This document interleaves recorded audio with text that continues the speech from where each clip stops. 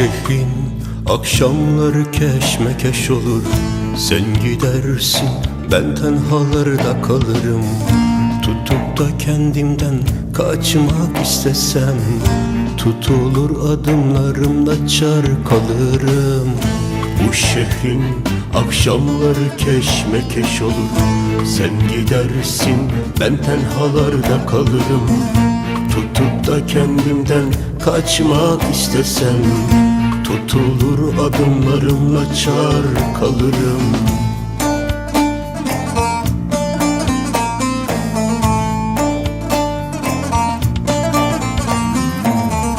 Dön gel de karanlıklar çözülsün, dağılsın bulutlar, şafak sökülsün. Umutlar ekelim yarından önce, neler neler olmaz ki insan sevince. Dön gel de karanlıklar çözülsün, dağılsın bulutlar, şafak sökülsün. Umutlar ekelim yarından önce, neler neler olmaz ki insan sevince.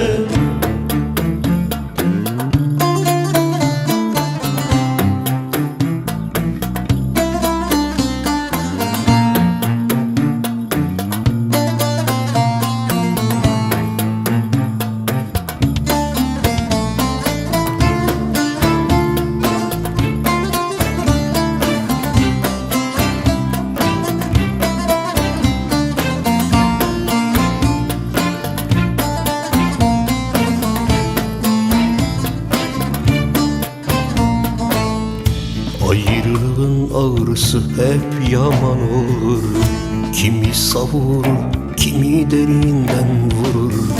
Bir yeni düş için çırpınsa kalbim, heveslerim o eski zamanda durur. Ayrılığın ağrısı hep yaman olur. Kimi savurur, kimi derinden vurur. Bir yeni düş için çırpınsa kalbim, heveslerim o eski zamanda durur.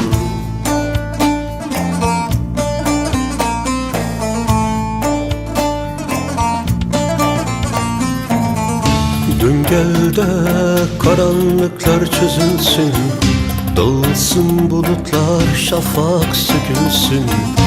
Umutlar ekelim yarından önce, neler neler olmaz ki insan sevince. Dön gel de karanlıklar çözülsün, dağılsın bulutlar, şafak sökülsün.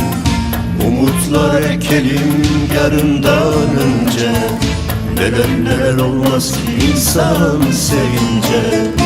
Dön gel de karanlıklar çözülsün, dağılsın bulutlar, şafak sökülsün.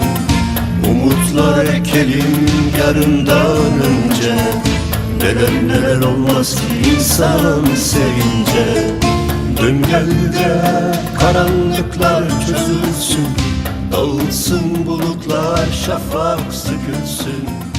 Umutlar ekelim yarından